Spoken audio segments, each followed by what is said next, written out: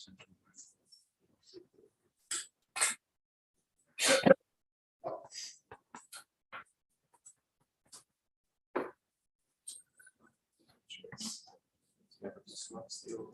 it's in the black screen now. The screen not being screen. Oh, I think it is not. It is not.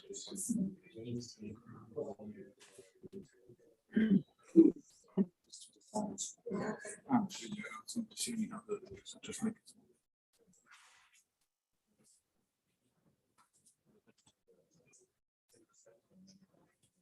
Okay, all set. I'm ready. Okay, so welcome back, everyone. Well, it's my pleasure to present here Professor Dietmar. So he's a full professor now at the Department of Artificial Intelligence and Cybersecurity of Klagenfurt University.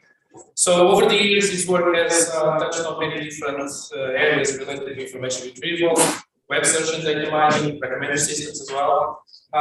He's currently the editor chief for policy applications and recommender systems. And well, as you probably expected, his talk here today is also going to focus on recommender systems. Okay? So thanks again for accepting our invitation, and let's welcome the speaker.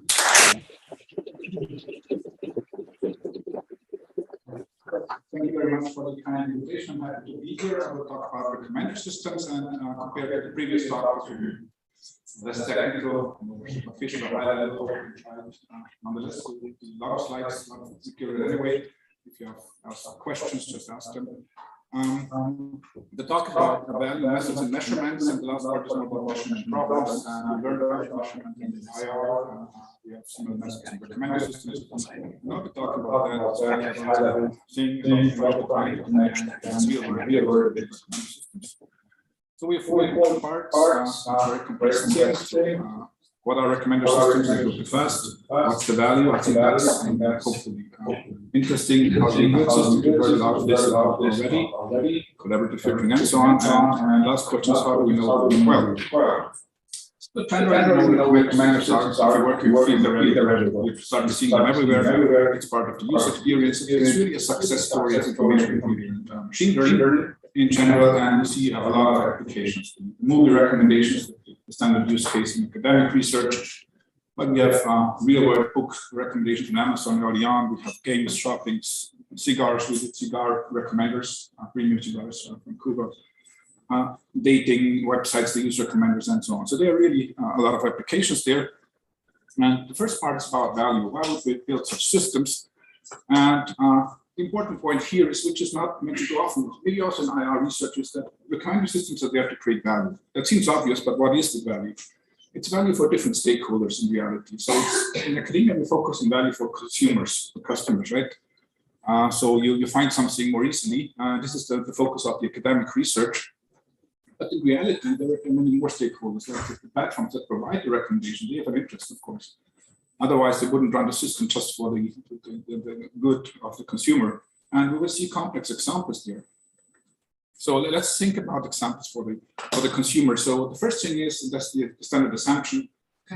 We have a catalog of things we can recommend or pick from, and the recommender shows you something that matches your long-term preferences and helps you make better decisions.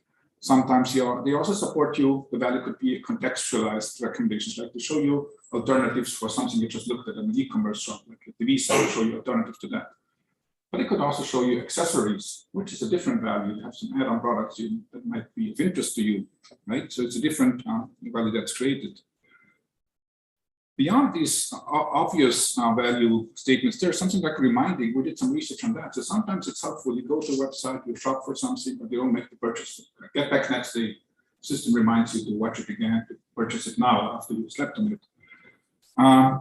You can actively notify consumers. There's also some area that you can create value, like push notifications, or there's also niche applications like group consensus, where you make recommendation for a restaurant or a movie to watch to a group of users.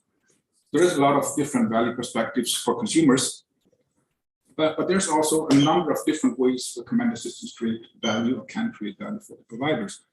First of all, like if you think of classical e-commerce, you want to change the consumer behavior, the purchase behavior in certain directions. So purchase more expensive stuff, or just purchase more stuff, right? So you create additional demand. maybe by showing, okay, here are accessories for the stuff you just looked at.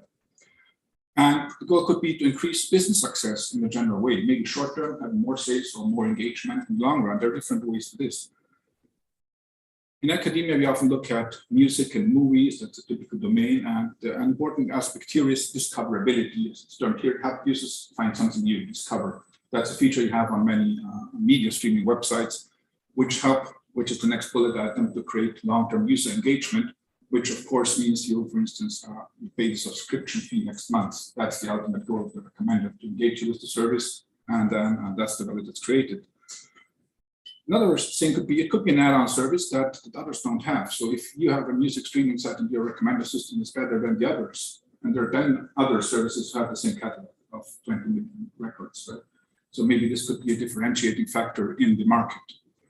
And finally, since recommenders are personalized, all these providers, they collect a lot of data. Every click you make, every shopping interaction you do, every listening event, every playlist you create is recorded.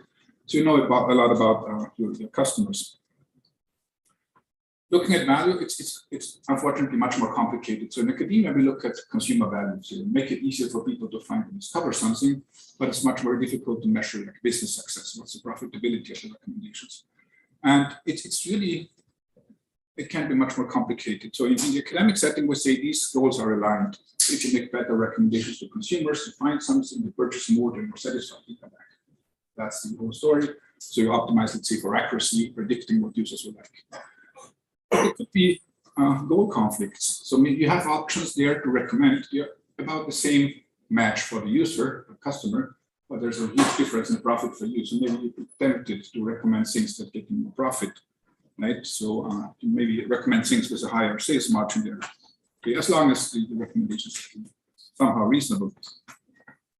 Now here's a much more complex example that a recommendation might involve more than even two stakeholders. Here's the example of the hotel booking site. So you know these sites, and you can go there, find some hotels, and they recommend you some things, and they get a commission for making that recommendation. So there are different goals and different stakeholders. So consumers usually want something cheap or something that matches their preference. There could already be a conflict in the consumers' preferences.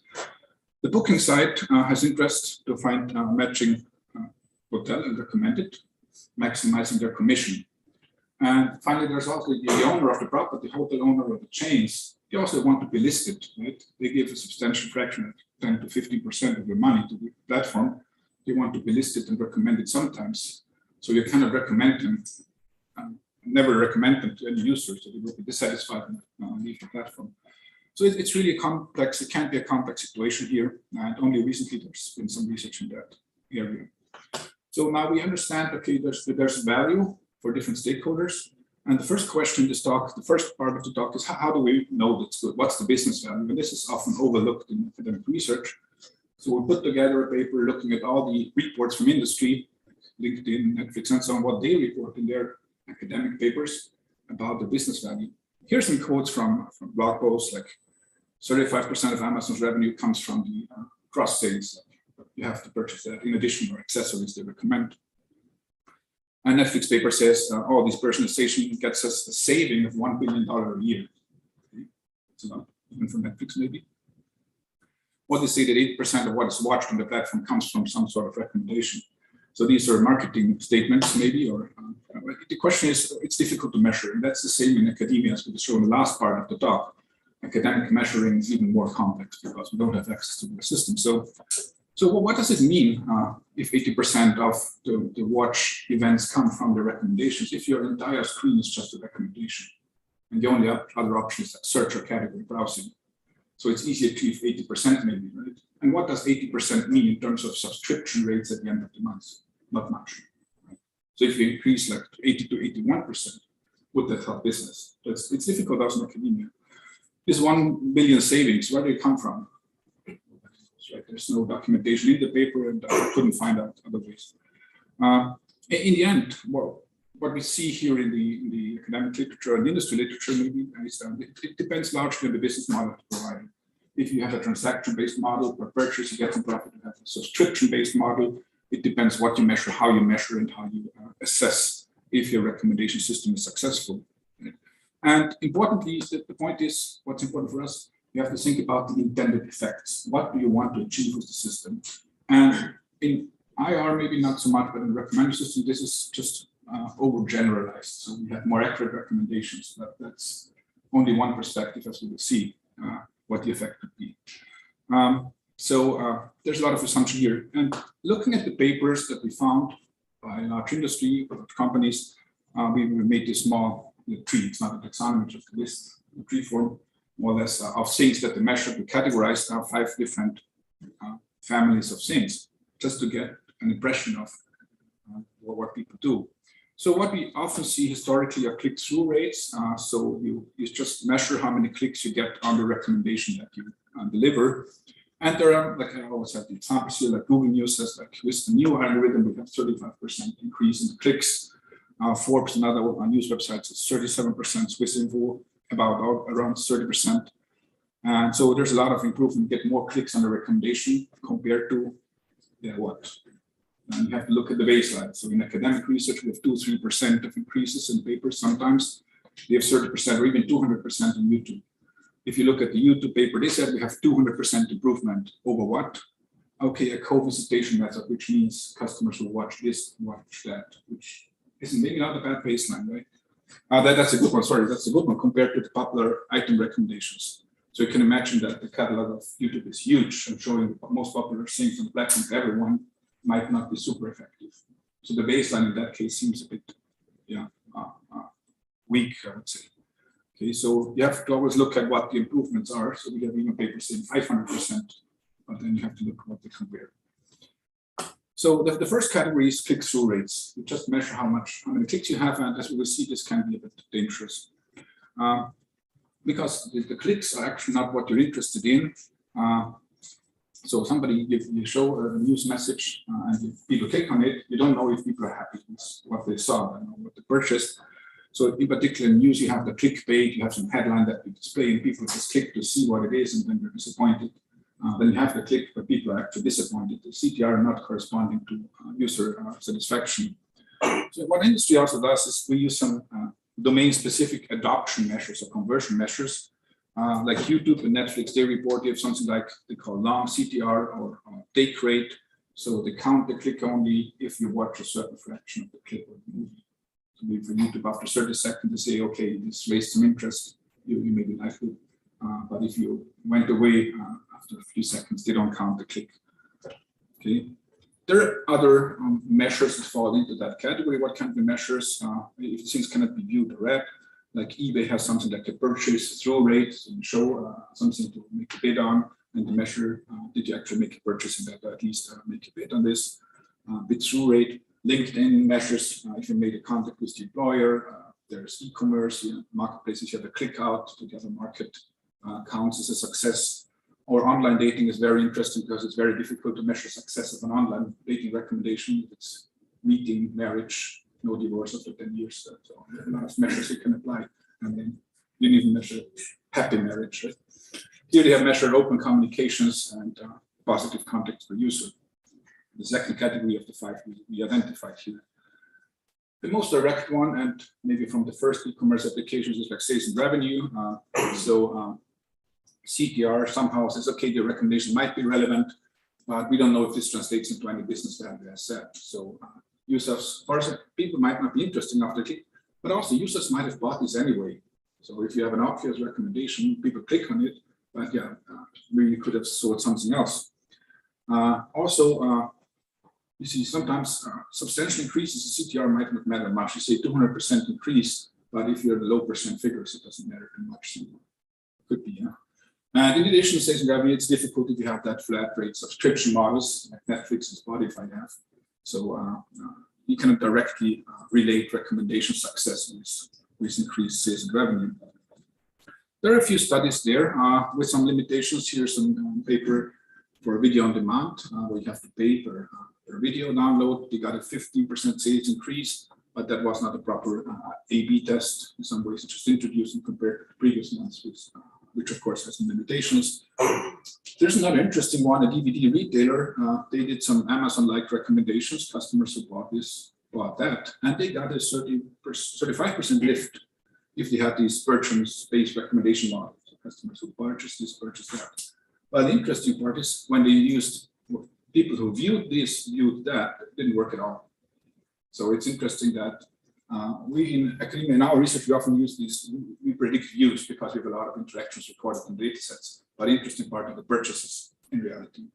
And the good news is that for algorithm people, the choice of the algorithm matters a lot in practice. So it's good news. So we'll be criticizing a bit of like small improvements in algorithm accuracy, but it matters. That's the good point here. There's other studies on an e-grocery store. They got like 1.8% direct increase and even lower in some other study. But the interesting part is here that they found like a 26% indirect effects. So people were inspired by the recommendations. They maybe noticed, okay, there's some category I wasn't aware of in this online store, and they shopped more in this other store. They were not buying the thing that was recommended, but something of this category maybe. So that's also an interesting effect, which we mostly miss in our academic evaluations.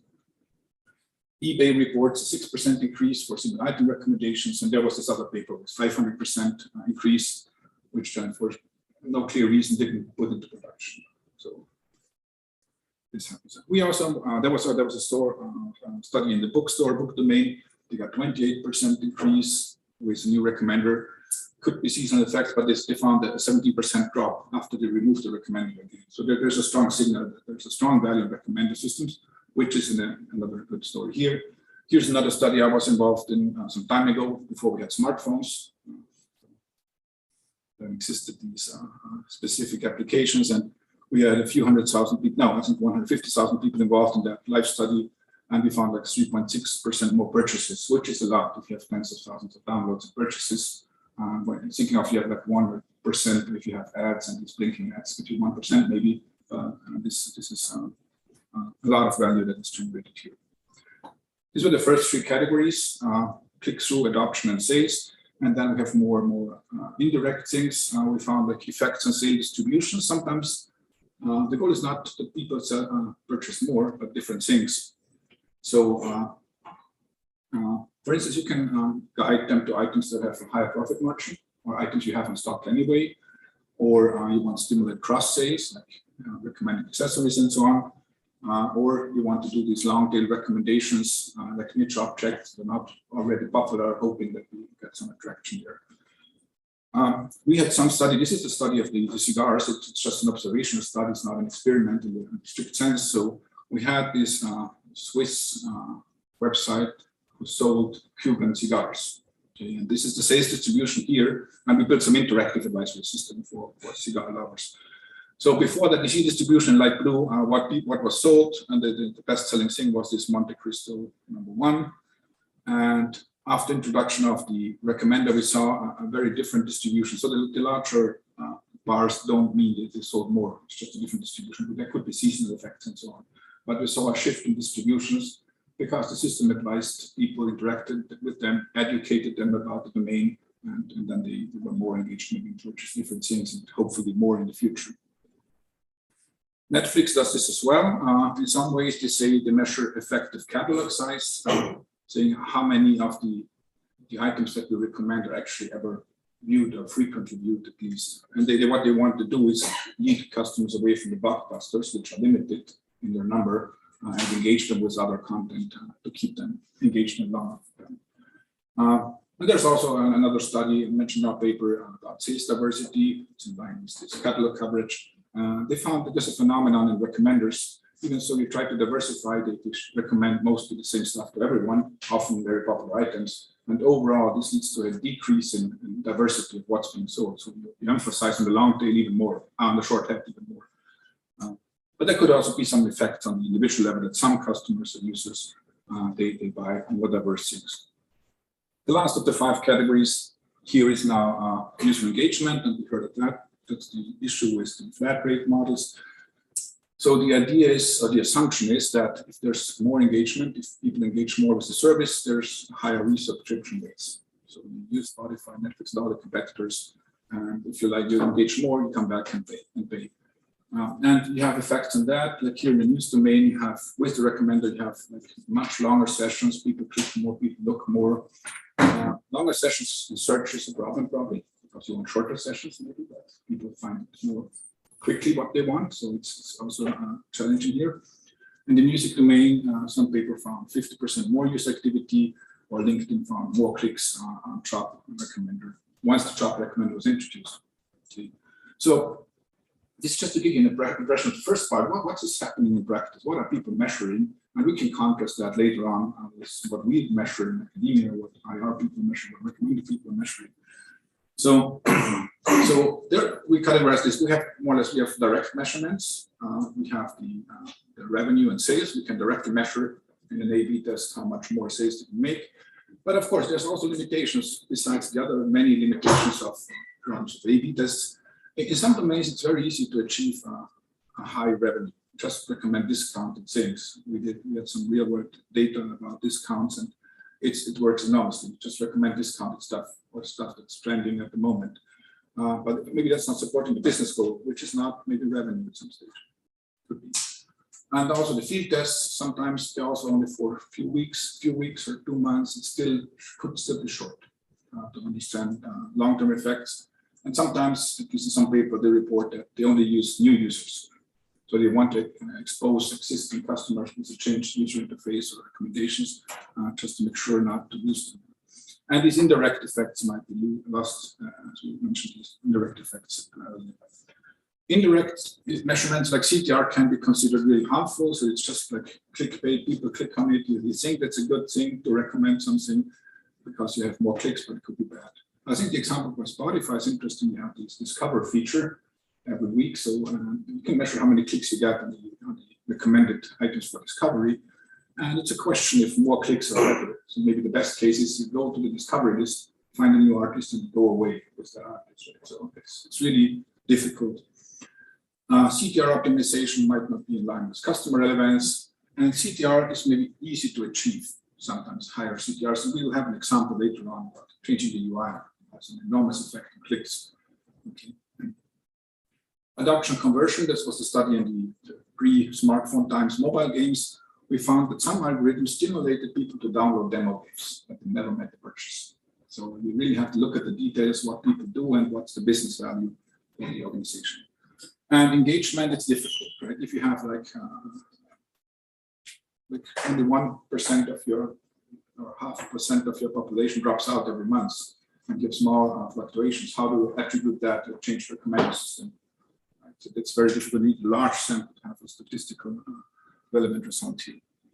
So what to measure? The underlying question is, what's the purpose of the system? That's the message we should take here from the industry measurement to academia. This is missing somehow. What kind of value should it create, and what's a good recommendation in a good context? And the problem is that it's not an absolute thing that you can answer. So recommending popular items, it can be a good thing. Actually, Netflix mentions in their papers when they have their models predicting some items, they filter by popularity to avoid recommending niche objects, obscure objects. So it depends on the context. Recommending things that the user already knows can't be good or bad. Sometimes you want to listen to your favorite tracks. Right? It's still the same recommendation but different value.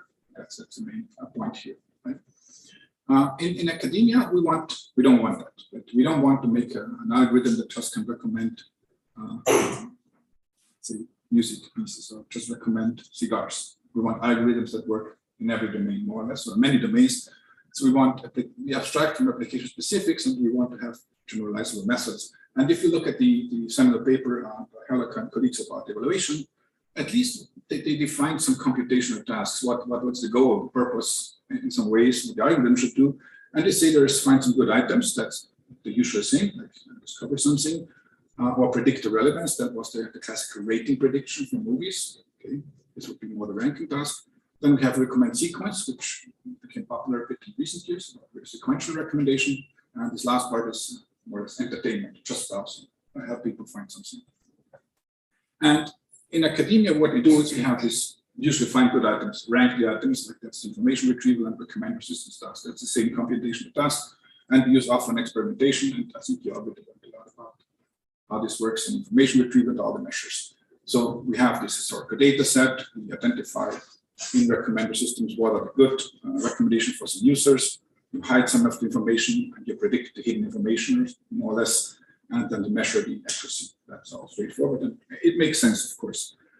So the good thing is this is well defined. We can easily have continuous improvement because everybody does the same. We hide some stuff, measure precision recall, and we have the data sets there.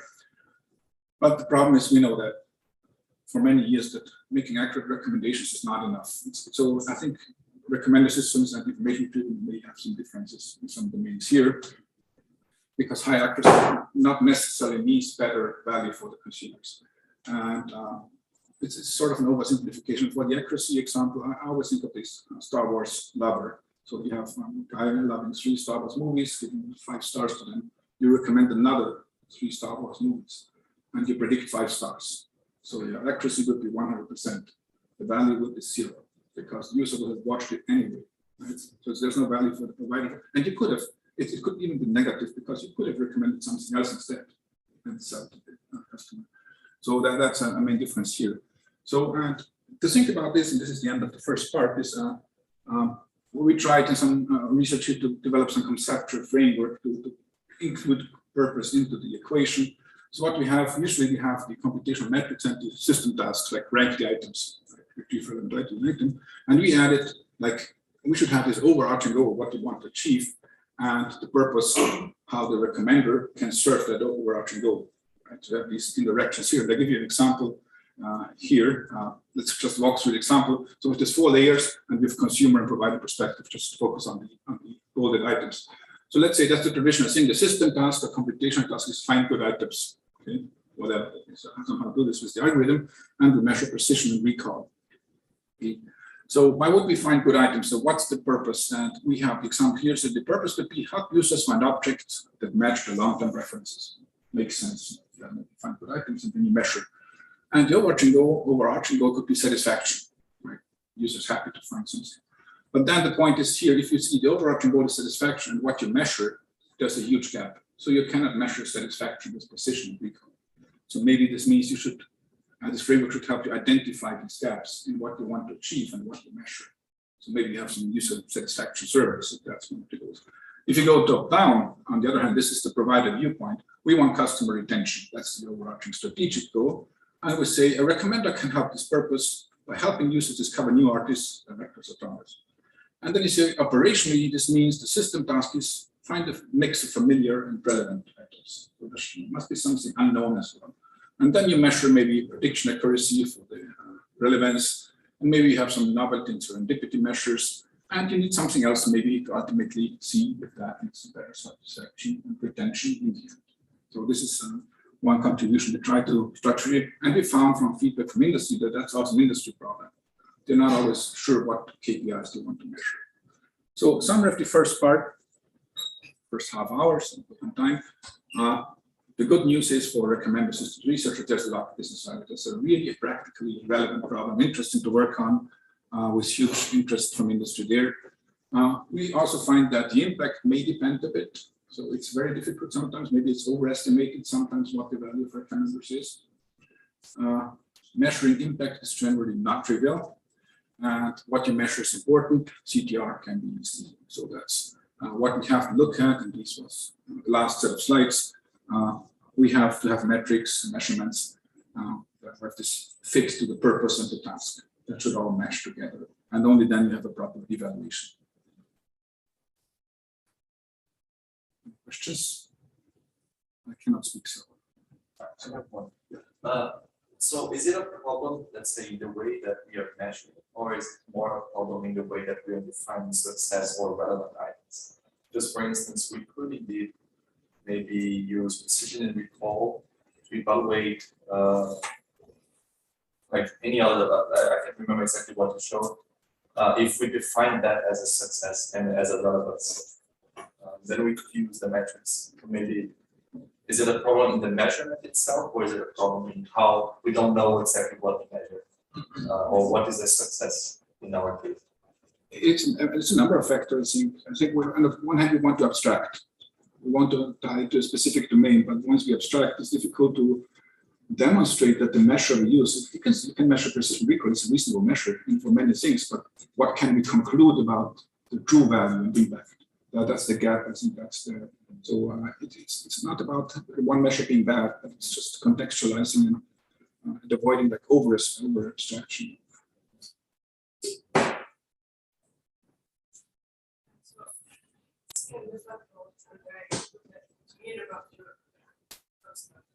So it's interesting about recommendation system privacy issues as much as these systems like you said that you certain business value system in many ways.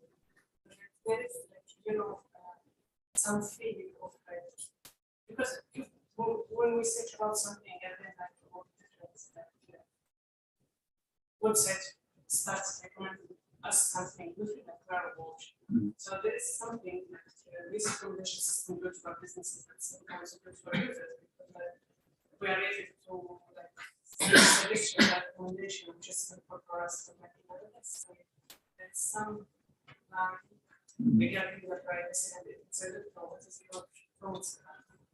Yeah, I think privacy is some people that care about this, of course. It's not covered now in this value perspective, but I can imagine it could be important. Like we have also words on trust. So if you don't trust the provider because they track you too much, or they obviously sell you stuff that you don't need, or not mention that, then in this broader context of trust, I would see privacy. And this could be a business value. For some providers, also search engines, they advertise that they're not collecting some sort of data. So maybe it could be added somewhere, but I haven't found papers on that. So. But maybe it's more for search engines because we have these search engines that explicitly say we don't collect it.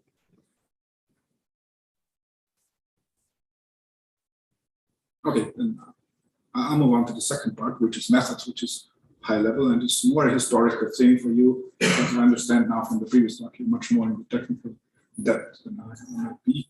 So it's just like a historical framing, and also to highlight it's not limited to information retrieval. Maybe that's also a key point here. We have a lot of roots in our recommender systems, mostly information retrieval. We take a lot of technology from machine learning, information retrieval, but also from human-computer interaction. I think that's the same for information retrieval as a field, HCI perspective, best research and others. But we also have influence from distant fields like consumer behavior marketing. It's a business application in the end. So these are the things to look at. And the typical goals we have, we avoid information overload. That's the typical claims we see in papers, or we actively promote content. That's more the provider side. And the key point here is maybe the personalization central, which is not always the case for information retrieval.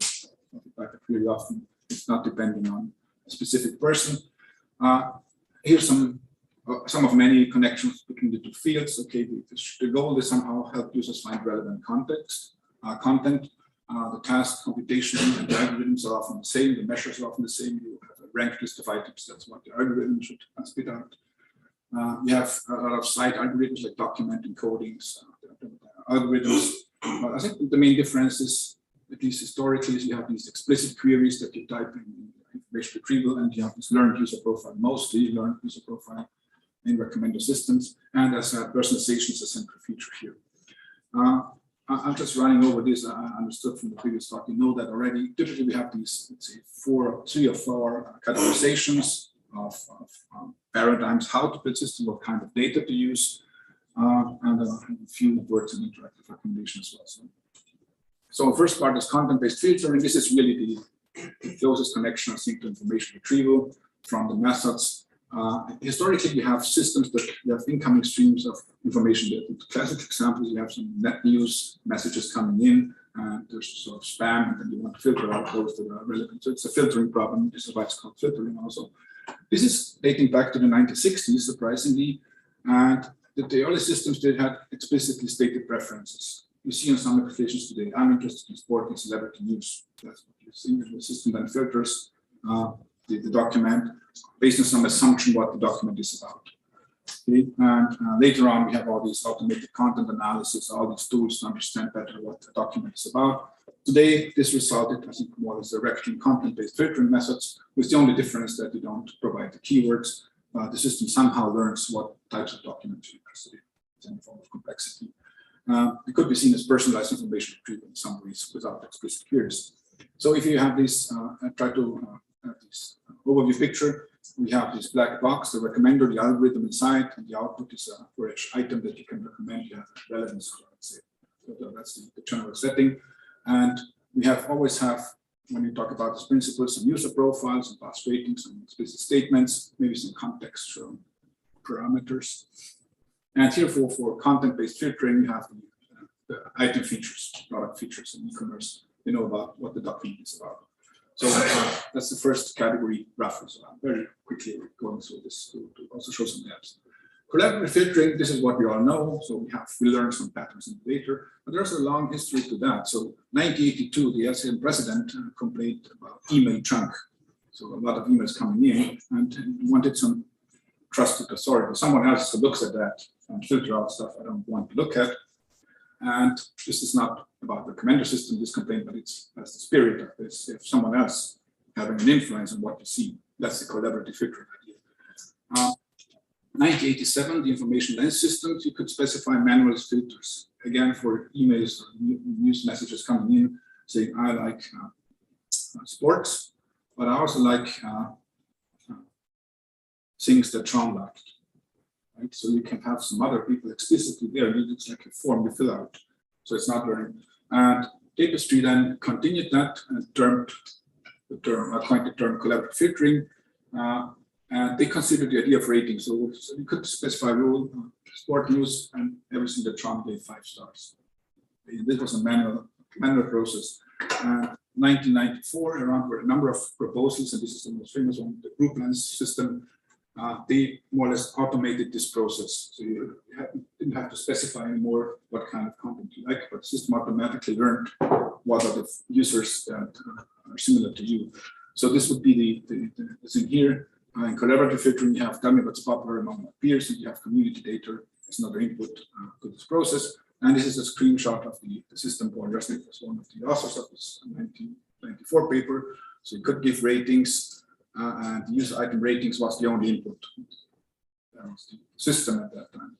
And the interesting part is that this conceptualization or operationalization of the problem is predominant for more than 20 years now, 30 years almost. So what you have is a matrix of users and items and the ratings, and they call it matrix filling, out of matrix completion. So the whole task is you have the users and the ratings predict the missing entries there, more or less. And if you predict a 5, you recommend. If you predict 1 star, you don't recommend. As simple as that. And at that time, they just recommended to use nearest neighbors. So you had a user, you find nearest neighbors there and work from there. So the user KNN is trivial what they recommended. It's a good baseline today. So they say, so you want to predict the missing rating, let's say item 2 by Alice. So you find a set of neighbors who had similar tastes in the past. So you look for rows that have similar rating behavior and have rated item 2. Very simple. And then once you have these neighbors, similar users, you aggregate the rating of the others. So if that's the most similar users, then you aggregate maybe 3, but a million other more sophisticated things can be done and have been done. But the interesting part is really this operationalization is there still today. And for KNN, you have a lot of different details. Let's skip that, how you find neighbors and so on. That's not so important. But the problem is really you abstract the entire thing. So now remember the first part of the talk. We have all these different dimensions of value. And then you say, let's just learn a function. Predicts a rating. And that is representative of every business value in some ways. Okay, so the problem is reduced to learn the parameters of complex function. You can use any supervised machine learning for that. You can use any deep learning method that does that. And you can really compare the algorithms. That's about their prediction score. Classically, you predicted ratings because the data sets were rating data sets. Right? So this is an interesting thing that it's very, very abstract and generic.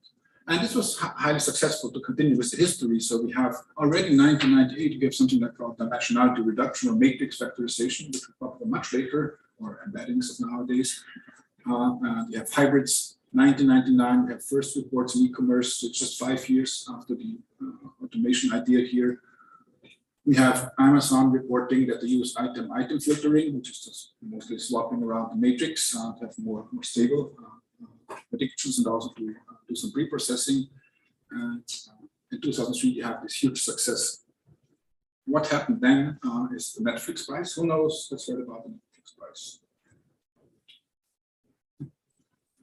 Yeah, so Netflix in 2006 was a DVD rental company, not a streaming service, and they said, we'll give you $1 million if you are able to beat our system in terms of RMSE, a 10% RMSE squared deviation of the rating prediction. And they provided a $100 million, 100 million ratings, which was enormous at that time. And after 3 years, a group of people won, teams merged, and they won the prize, and they got these 10%.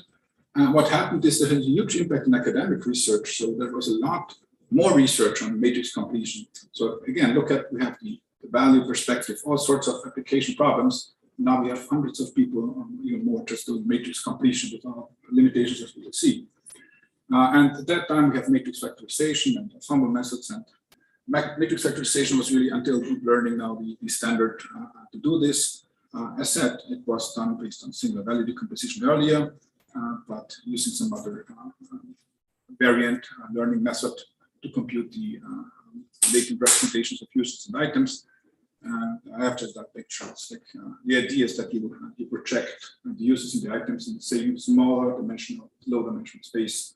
And then based on the vicinity in that space, you can make assessments of the match of the things. But this was really predominant since then. So if you look at post Netflix price developments, we found that rating prediction is considered irrelevant for some time now. So every Netflix, they removed the star ratings. I think they reintroduced. YouTube removed the star ratings. Also for the reason that rating is, it's an expression of quality assessment. You think this is a good movie, but it's not an expression of if you would like to watch it. So that's a difference. Okay, then we have swapping over from IR, learning to rank methods, new algorithms coming to recommender systems, the usual pattern, other fields, and will be IR. Next year, we see it at recommender system conferences.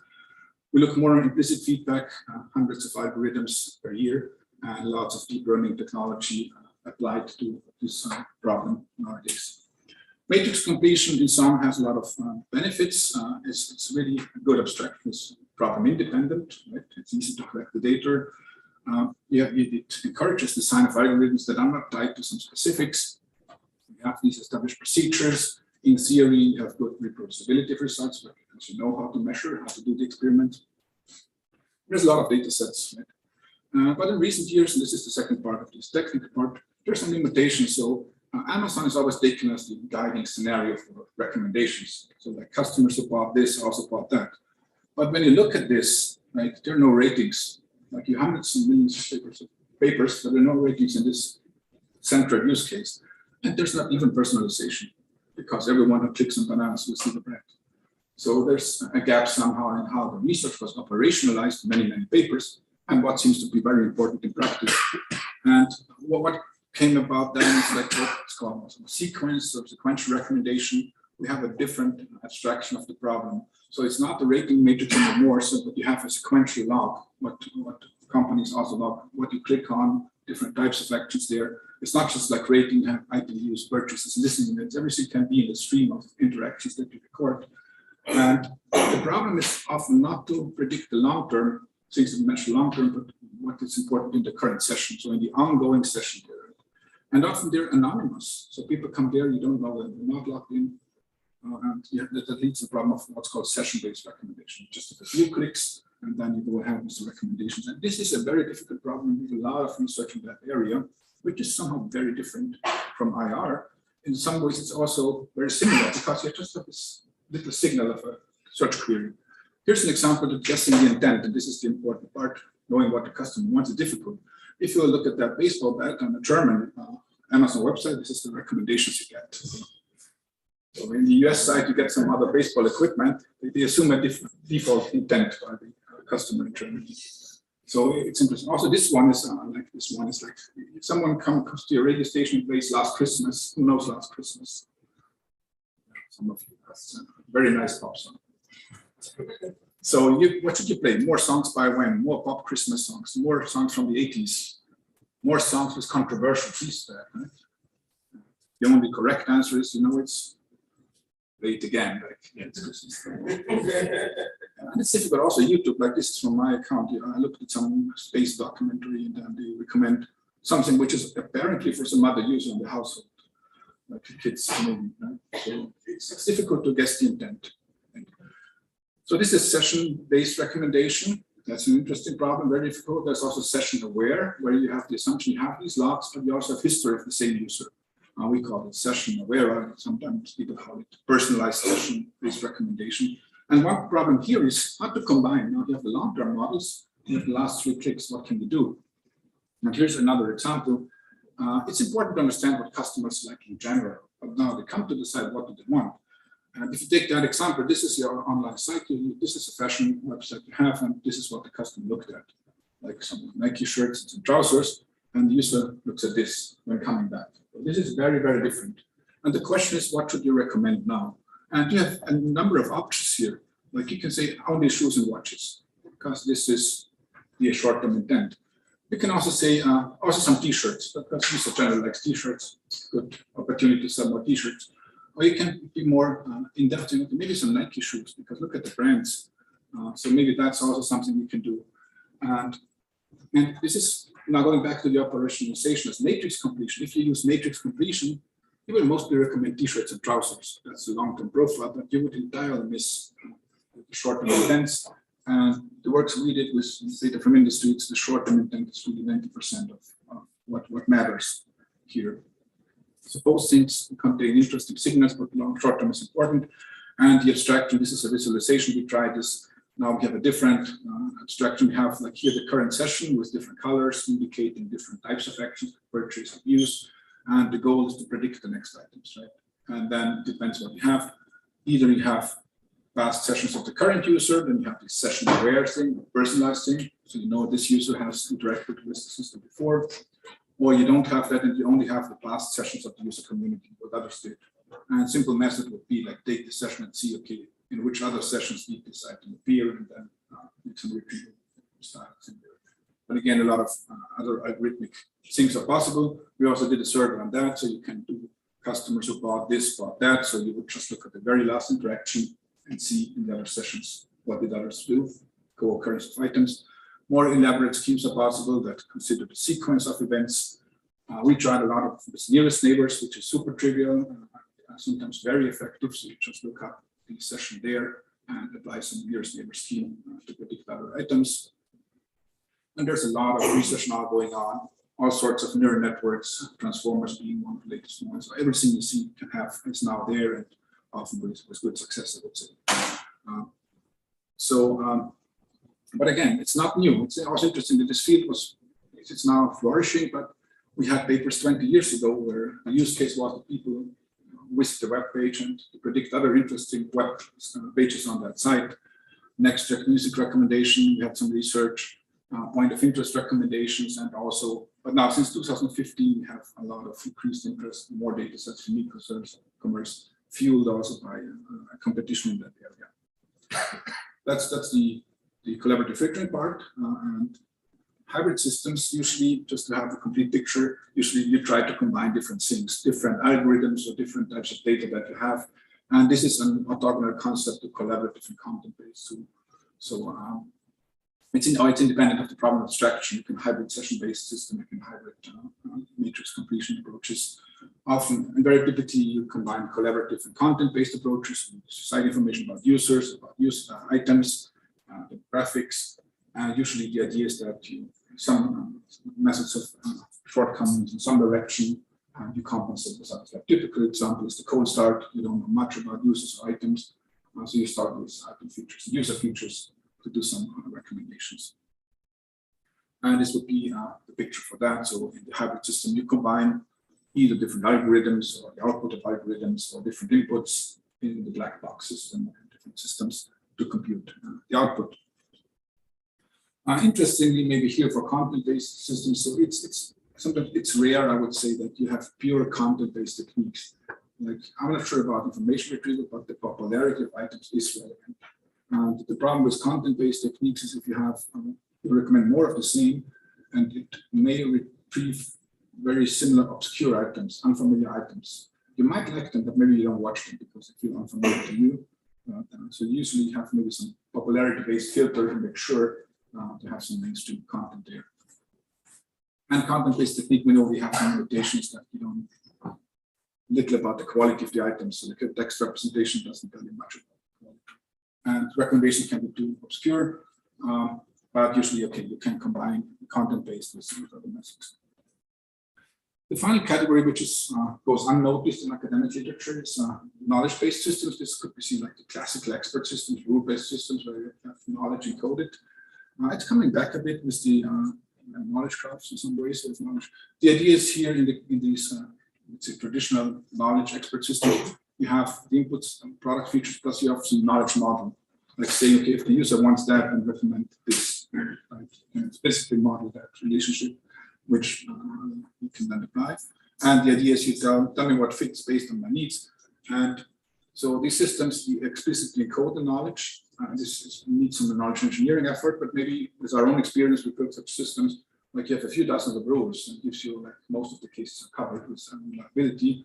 There's usually no learning, but a lot of knowledge engineering. But you can use it for domains where you have like one-time investments, where you have like, to purchase a car every few years or some other decision, risky decision. Or you have technical constraints. You have to ensure that the recommendations have a certain constraint. And this also leads often to these interactive systems and chatbots, which are often based on rules and models, which then could be big based on which assumed intent. And this is some system we designed 2 years ago. It was a sort of a chatbot, but not chatting, it was a form interaction. But the idea is you have an interactive preference elicitation. It was dynamic. It was adapting to the user's dialogue situation. It then did some recommendation. We did some upselling here, all based on rules. But it wasn't like thousands of rules, but dozens that we developed there. And the nice thing here is we could have explanations, which is now again an interesting topic in explainable AI. So once you have the rules, you know what happened, how you came up with the recommendations. You just can have the explanations. Text for every rule you applied, and then you have these nice, well-reading explanations. So that covers more or less this part on the algorithms. And for these methods part, I would really like to focus a bit on interactive recommendation because that's beyond this whole algorithmic retrieval and ranking part, which is still important. So there's a paper by Constant and Riedel about from algorithms to user experiences, really saying, okay, we should focus a bit more from 99% of algorithm papers, a bit more on user experience, because this might matter as well, because the recommenders more than the algorithms and the UI can have a huge impact on adoption and on business value. So this is an interesting example. There was one paper I mentioned about the Swiss news website. They said we got 30% more clicks when we deployed the system live, 30% more clicks. And then in the end of the paper, the report, at the last week of the test, we moved the widget with the recommendations to the top of the page, and they got 100% more clicks. And so the positioning, the attention that the recommendations receive had an enormous impact on the clicks that you measured. And there's a lot of papers from other fields that say, if you change small things in user interface, you can have a huge impact, 2-3%, which is huge sometimes, which you cannot easily achieve with the algorithms. This, of course, this was a one-time effect. It's just like just getting the attention, just to give you the impression of how much you can get from the UI changes. And but in many people, I often I think with the word user interaction, there is no user interaction recommender system, right? The system just monitors what I purchase, they show me stuff, and I can click on it. That's it, right? But in reality, it's much more complicated than just this thing. So HCI research, human computer interactions, the main route, right? And still, the UI research is not much explored. It's of course it has to do a bit with how we publish. Right? It's difficult to design user studies compared to measuring precision and accuracy in a pre-built library. And recently, also we have these conversational recommender systems shifting the focus again with all this NLP technology advancing and all these expectations that you can type in and talk to an avatar. So that's an interesting development here.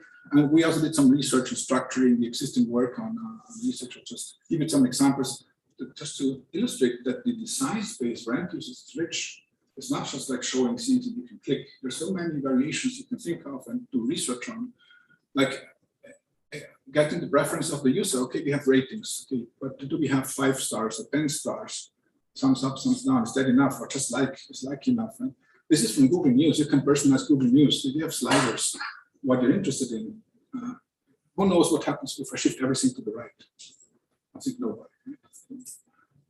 Just more news that have been shown. So there's a lot of different things how you design that. What to display? Just show the items. How many of them? One list, multiple lists. So we did some work on multiple lists. Netflix, they all have multiple lists. We found like 3 papers in the entire literature about having more than one list, how to design what to place there, what's effective. No research there.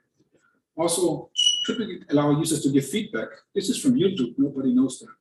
So one time at YouTube, you see the recommendations, you have the small 3 dots, you click on them and you can give feedback and say, I don't want it because I watched it already, or I don't like that channel. How do you design that form of feedback, which can improve, again, the recommendations? Next step. Even for the trigger part here, what to show? A list table sort of explanation. What you put in item description, I think that's the same for summarization for IR. What snippet do you show? Should you show a community rating? Should you do some highlighting and nudging, leveraging psychological effects? How many options again, right? What else to show? Like here, show the predicted rating. An example from Netflix, I think, from some time. Explanations and control. This is from Amazon.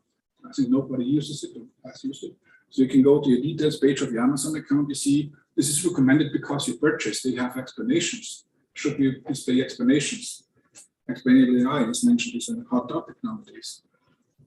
Many other things. These are academic examples, by the way. So, like how do you visualize things? This is a 3D visualization of the recommendation. You can really dig into your area of interest. Not sure if that works in practice, but it's a nice idea of exploring new ways. Explanation again, should we explain which what purpose? How do we visualize? Should we personalize? Many open questions related more to the AI UI perspective here.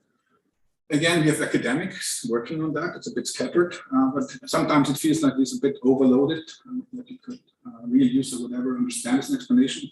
So it's not intended that you understand what's going on here. It's like the visualization seems to be too heavy. So it's very difficult to have a concise explanation, which is transparent, easy to understand. This is also academia, as you can understand. This was from TripAdvisor. The industry did try out different things. This was sort of a pros and cons visualization. This hotel is good, the good aspects, the bad aspects. Seems to be intuitively reasonable for some explanation that you can show to someone.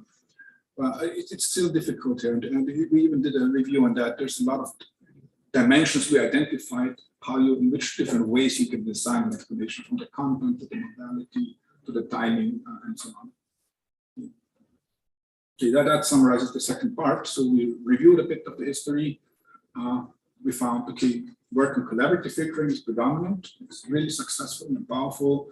We have these sequential recommendations in the focus in recent years, which is a new perspective on the problem. But we also find that many questions regarding the design of systems remain open. And it might be interesting to look at the design space for the user interaction aspect of recommender systems. I think it could be an interesting discussion if the same phenomenon happens in information retrieval. There's a lot of research on how to design the UI. That's an interesting way to go. Good, that concludes the second part. Still a long time. We have time for some questions.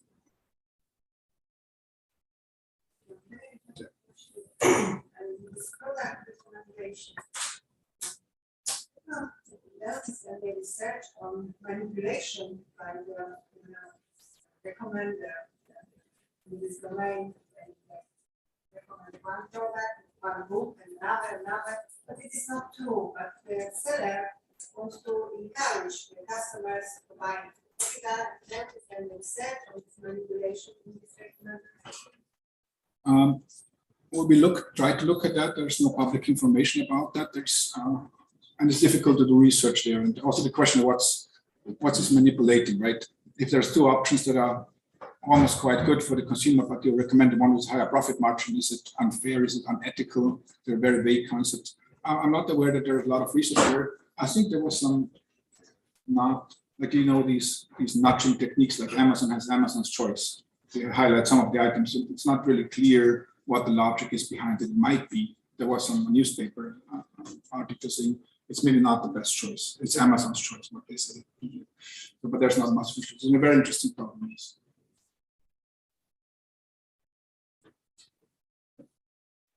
For UI side, we worked a bit on nudging, so applying these visual cues to sort of direct people in certain directions, but usually with a positive goal, like making healthier food choices or something. there's some research there. Okay, ready for the last part? About measurements. It's mostly about measurement problems and issues because we learned about measurements anyway. And this is challenges. This is part of our research of the past few years about all this gap between what we do in academia and what matters in reality.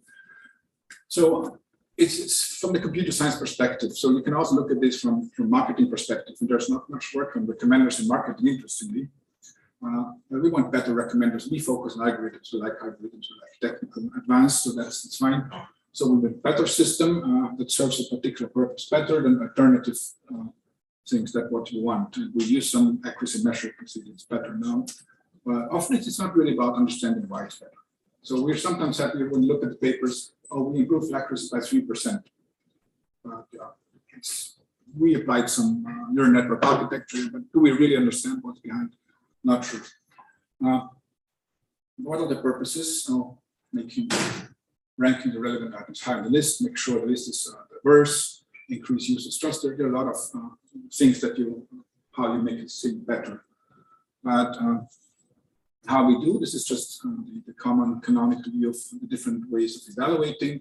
We can have these A/B tests, like testing two different systems in parallel with different user groups and see what happens and measure real-world KPIs.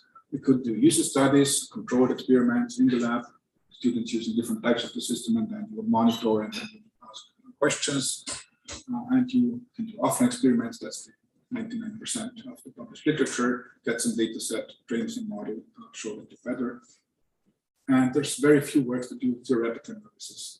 Some niche areas they do, but often experiments is really the most common form of empirical research. So what we have 1 or 2 historical data sets with ratings or feedback.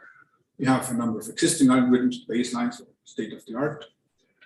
And you have a number of established metrics and procedures you know as well, like 10%, cross-validation. This is all established, and this is really predominant here. And this sounds in some way safe because it's a way of proving progress. You have the exact same measurements, the same data splitting, and so on. You can really improve progress in a reproducible way.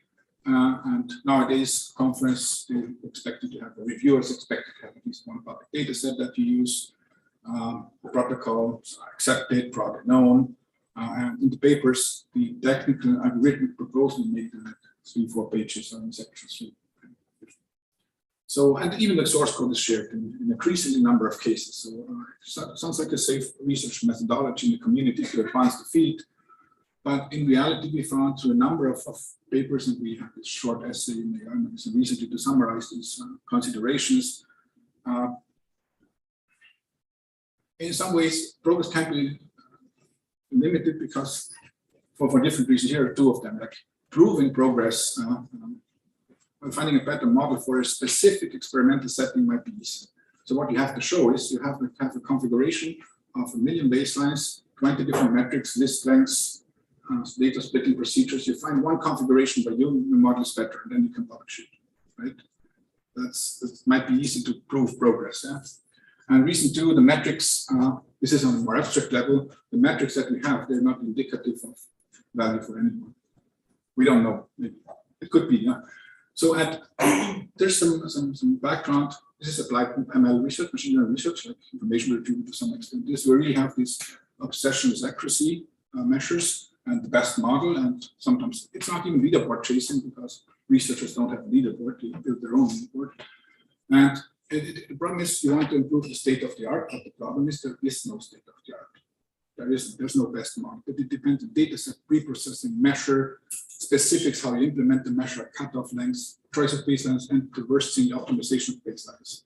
So if you have you optimize your tuning model a lot, but forget for some reason, due to researcher bias, it's a psychological phenomenon, to optimize the baselines. And this is very exaggerated. Like if you know Kaggle machine learning competitions, it's an online thing where you can compete with others. You have a defined data set shared by industry. You never see the test data set. By the developing model, the measures are defined by someone else.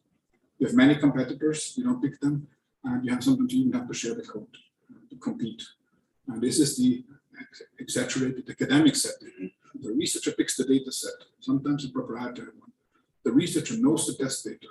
There's like a paper showing that more half of the published papers optimize parameters on the test data. You pick the evaluation measure, you pick the competitors, right? And you don't share the code. This is the standards that this is largely exaggerated, but it's not saying people are cheating or something. It's you might make mistakes, right? Or concluding too much from what you have measured, because there's bias everywhere, potential bias. Because you as researchers, you want to have the winning model. Me too, of course, right? And then progress might not be as strong as possible. And this is not invented by me or my colleagues. There's a lot of other works like troubling trends in machine learning scholarship, which goes beyond the publication culture. Then 2012, Machine Learning That Matters highlights why ML research is focusing too much on small data, benchmark data sets. There's a funny paper called Data Set Selection that says you can skip model selection, just find the right data set, and they describe it in a nice paper-like way. So there's really a lot of stuff here. And there's really worrying observations. So in 2009, this is from IR. The IR field a paper called Improvements That Don't Add Up. So I think I know the exact details, but they looked at the progress in some specific IR tasks for 10 years, and every paper reporting 2% over the previous state of the art. After 10 years, the overall improvement was 2%, right? So it's not adding up. Then Jimmy Lin and other colleagues, they identified similar problems in some papers at least, when they have a lot of deep learning papers. They saw, okay, the baselines were not well optimized. That was the problem. Rendler from Google also compared matrix factorization 2 years ago with the latest deep learning models to find they're still competitive. And we also did some research there. But this is also not limited to, it is a general problem of applied machine learning, it seems. Like here's a guy who did this in time series prediction, finding out that like a moving average outperforms a lot of the complex models.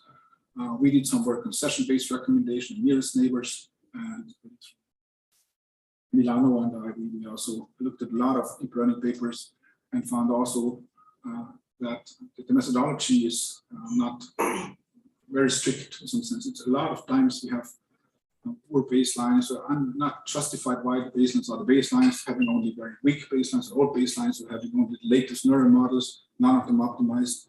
So it's not a paper, it's something against deep learning, it's a paper about methodology and applied ML research. And in many other fields, it seems that there's we need a better methodology.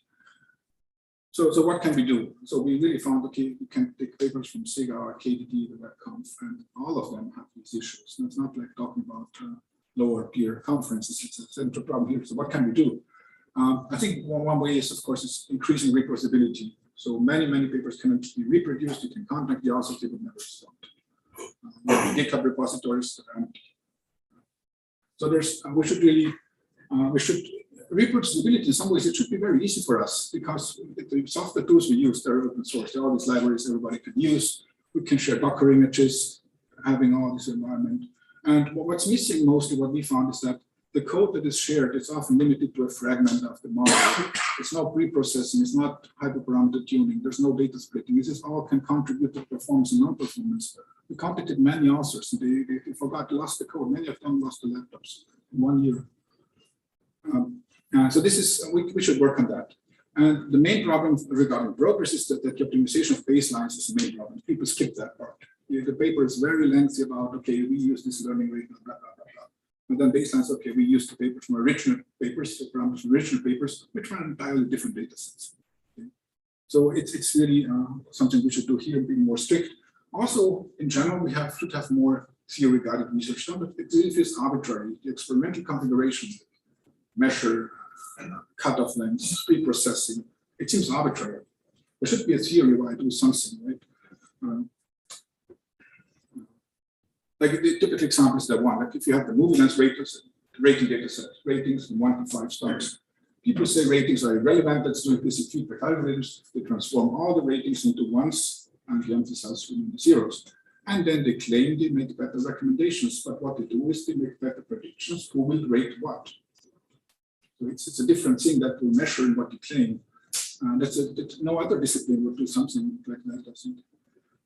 So we need a bit more of informed development of why do we use that specific measurement beyond the fact that others have done this before. This is first, we have two reasons for this limited progress, which we are a bit worried about. First is, okay, we're not very good with methodology. Okay, we don't optimize well, we don't reproduce well. The other thing is, and that's the more, even more worrying problem, that the metrics we use, they're not helpful to measure what people think. It's not sure they create any value. Does an accuracy improvement of 1% in RMSE actually translate in anything? We have user studies that show the opposite. You have highly optimized, accurate recommendations, but people don't like it because they're unfamiliar with these options that are recommended. Okay, so still, the relevance of items, I'm not saying it's irrelevant. Predicting the relevance of items is still important, right? But it's only one factor we should consider in the evaluation, right? And like here, we said accuracy is not enough. This has been title of a paper 15 years ago. So system items that use them adequate anyway, there's no business value. You can have not very diverse recommendations, but 100% accuracy. Or as I said, there might be recommendations. They recommend a movie, black and white, philosophical, from Spain, 1930s. You will not watch it. Perhaps you will like it. The system might be right, but you will not click on it maybe because it's too far away from what you expect maybe.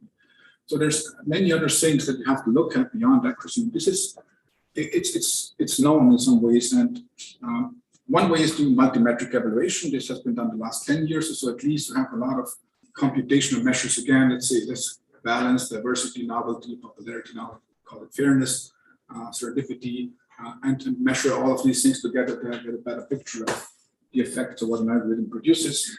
Now we have long-term effects. We have also reinforcement learning. We have multi-stakeholder considerations.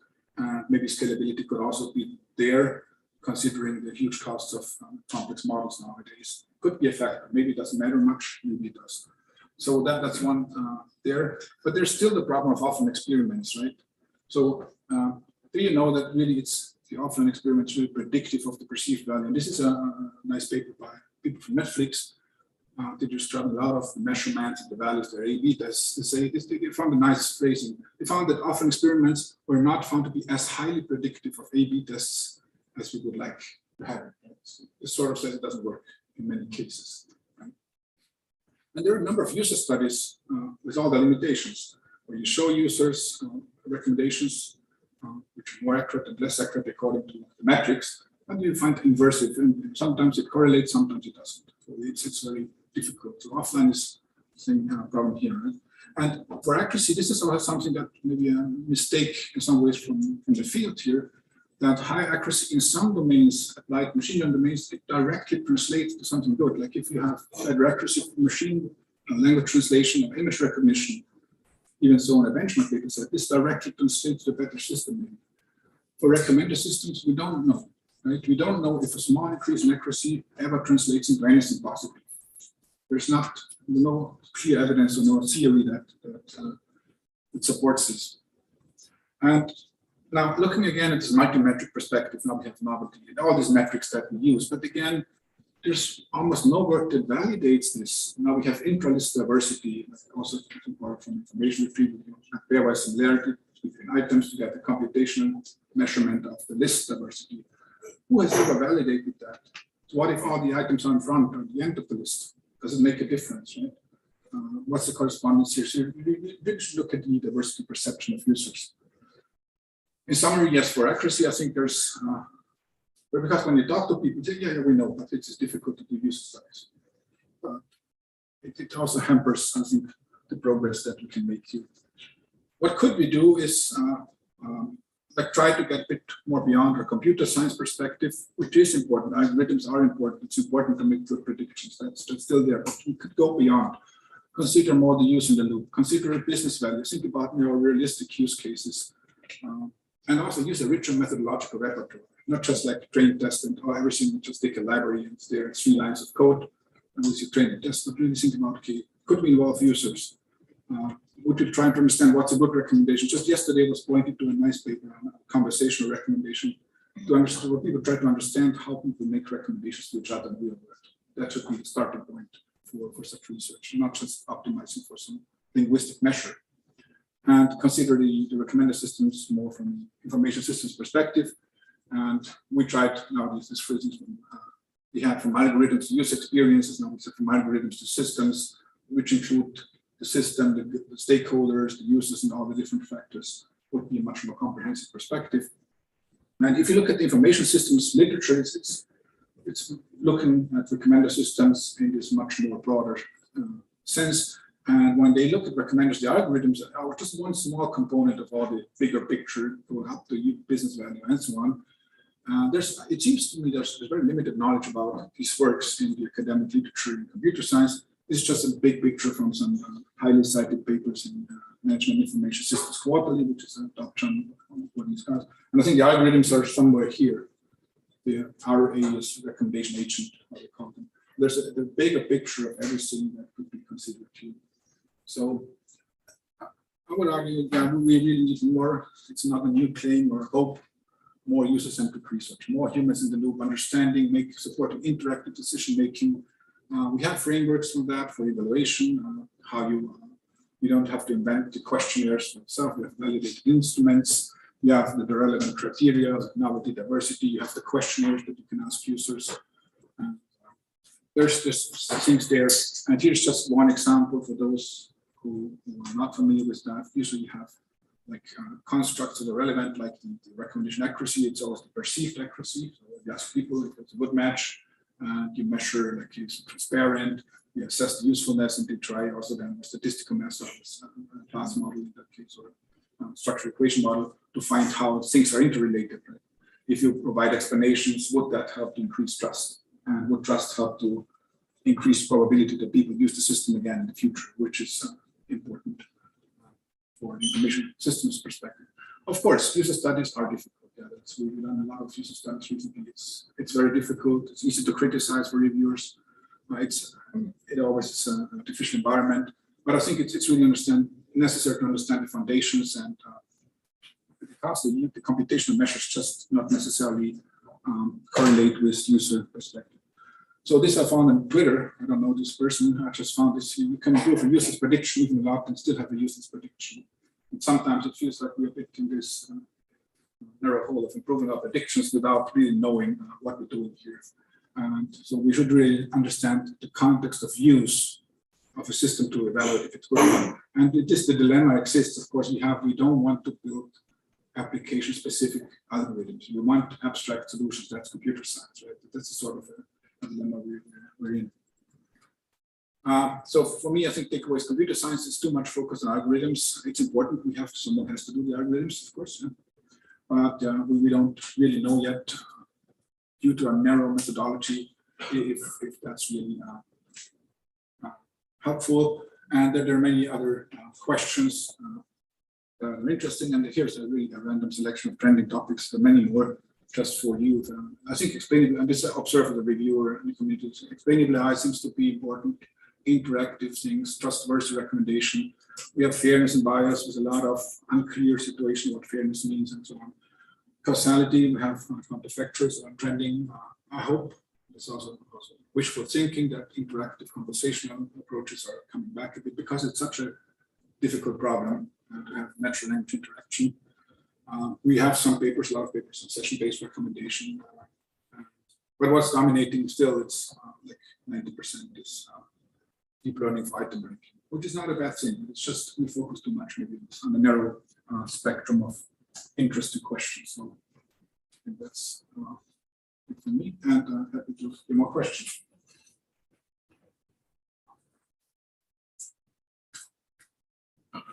Any questions? I really like your point about the cargo type data sets. What would be your suggestion for a person to create their own benchmark data set but doesn't have the resources out there? So would you go with actually Kaggle approach, like maybe using Kaggle directly to create any benchmark, or actually kind of compensate for the missing parts of this, like really see the test data set, for instance, right? Sometimes it's not possible because it's not like easy to get the training validation tests for data set. Maybe you need to have the crystallization of multiple runs. So you need to kind of release that for all of it, for all your items. Yeah, I think it may only solve one problem, right? Not the fundamental problem of the mismatch, but maybe the reproducibility thing. I think it could be something to try. It's more devil in the details, how to implement things. But yeah, why not having such like seven, let's say, here's Luminance one end, standard data set, and find a procedure that people don't know what is hidden, and they submit, and the system implements the measurement, does the data splitting and everything. It has the baselines tuned for that. So you just upload your predictions, and then you get back your ranking across the baselines, the state of the art, with the problem that, of course, you cannot use a public data set because everybody can look at this. But I think if we think about it, there could be ways to do it like that.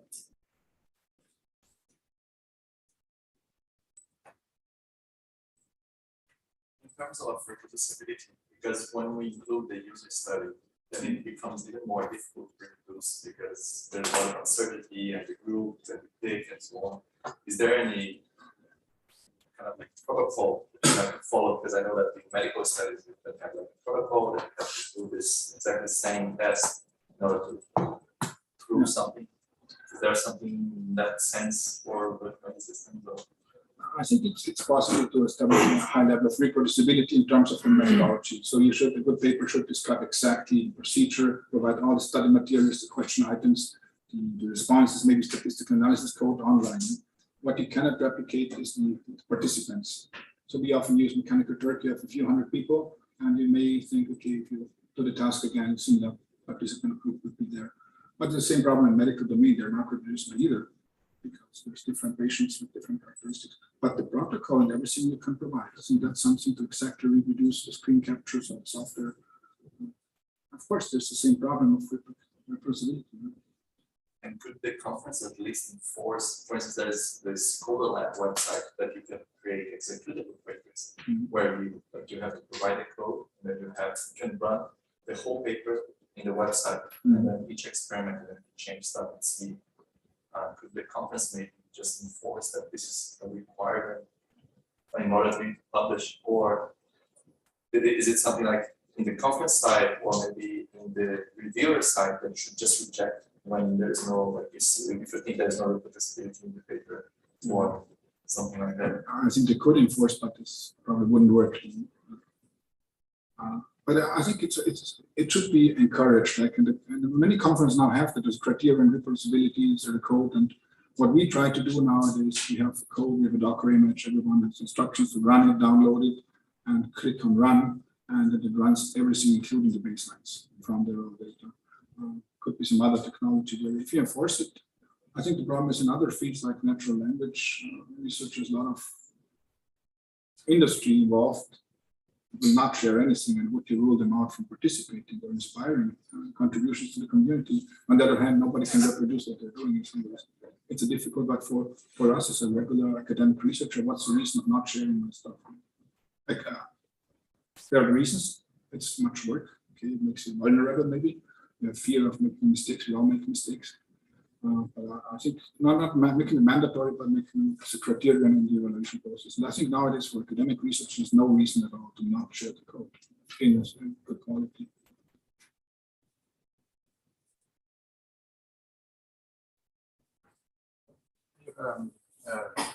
Question about recommendation and the objective functions. So from our experience in interacting with the companies for recommender system, so there's the user satisfaction, then there's the business value. So the margin that they have in each product, and something that also concerns them a lot is churning, so that the customer is about to leave with nothing better happens. So and usually user satisfaction is not the top priority. So the other business are more important, especially the churn, which means that they are about to lose when using. So is there some work that tries to combine these three things? Do you have any suggestions? I have no paper that comes into my mind about combining all these aspects. But my experience is that companies often don't know what to do. They optimize in short term. that's my more clicks, more engagement. I think a lot of the recommendations when you hear about outcomes of like spread of hate speech and so on comes supposedly from the algorithms which reinforce that to optimize business metrics, which are of course not. They made it as satisfying some customers. For sure. I know there are some papers about avoiding bad recommendations, so studying what happens if you're really in that functioning system, which would then lead to customers needing some academic studies. But it's an interesting question. And we don't know, I think we don't know enough from industry what they really optimize. And I think the conferences like that we attend, they're from the research groups, and of course they understand the business, but they're not allowed to reveal, and sometimes maybe it's in flow and changing depending on the managers.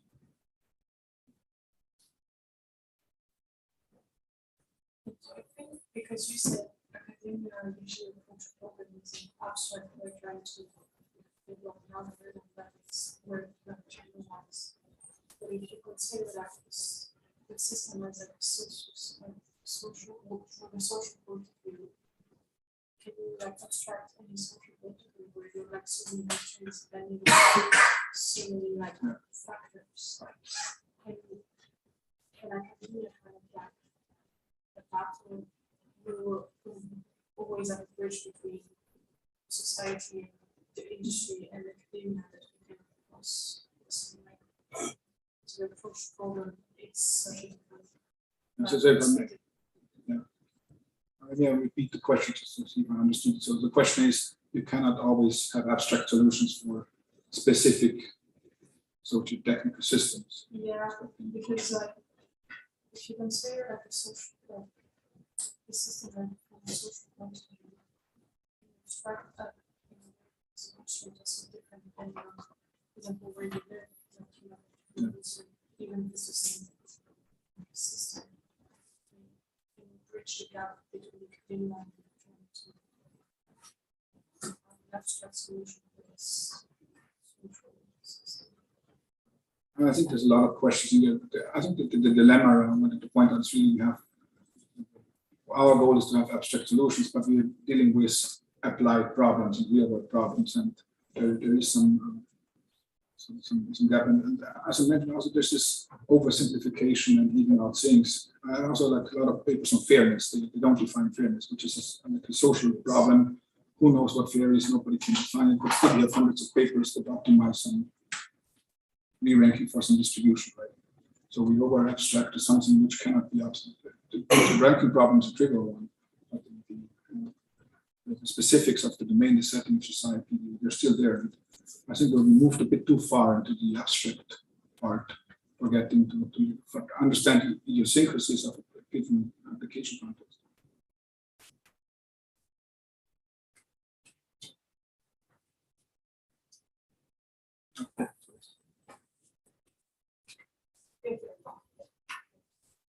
So I mentioned two examples of academic recognition systems. It seems they are somewhat old. And as you know, the police is used by academics now. Do you have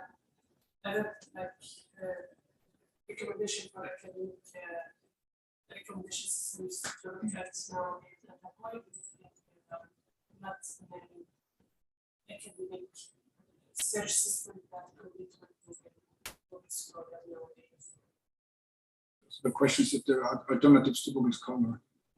Sorry, my question is like, do you have any other recommendation systems for academic search? Like there is, you mentioned two examples, but I don't exactly see the resource for these examples. But like, do you have also other systems that we can look at? Maybe Yeah, I don't know. I think that many of the websites of the large publishers do have recommendations. Like if you look at an article, they show you recommendations, and sometimes I think they're not so bad. So that's a good starting point as well. But other than that, I think Microsoft closed down their academic research site. So semantics. There's this A minor. yeah, it's weird. Like it seems like there are not much systems to like academics. Not academics. There are like you've been all other things, but like they come themselves. But that would be, I would think of that as an interesting research problem, because this is a fundamental thing that we use every day. Like you go there, I find an interesting paper, maybe a Twitter or a Scholar somewhere, and there's a lot of data sets about cement research paper recommendations. There's data sets that also have the recommendations that are shown, they have the clicks, so you can have very advanced models on that. And it's a highly relevant problem also for us. So maybe that's an interesting area to go as researching. Yeah, also about that. I've been looking into that myself, and I can send you the links if you want. Like, there are some relatively new systems that pop up and try to use artificial intelligence somehow. So, yeah, like connected papers or semantic scholar. Those like build on your library of things or like search topics and then expand on that and recommend you new papers continuously. That would go in that direction. Thanks for helping out. So, do you think that there are a problem with flying experiments and data sets? Because also the baselines depends on the data sets. The recommendation data sets are a snapshot of the system, and maybe they derive from other recommenders. So maybe we are just trying to mimic the behavior of a previous recommender. But you know, it's not that easy to do real experiments with the real people. So what do you suggest? Yeah, I think the problem is real. It's worse than we all think.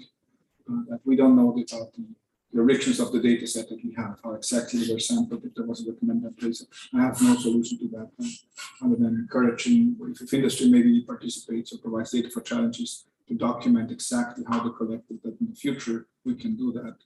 Like if you think from movie lens, I think most of the many ratings, like there were students in Minnesota classrooms being forced to rate 20 movies.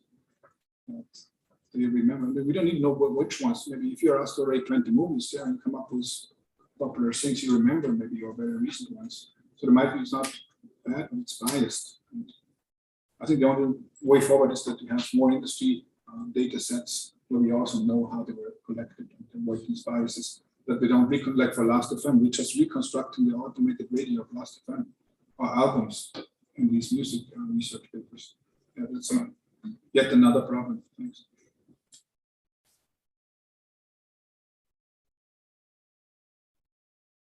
Okay, so I guess this is it. Let's thank the speaker again.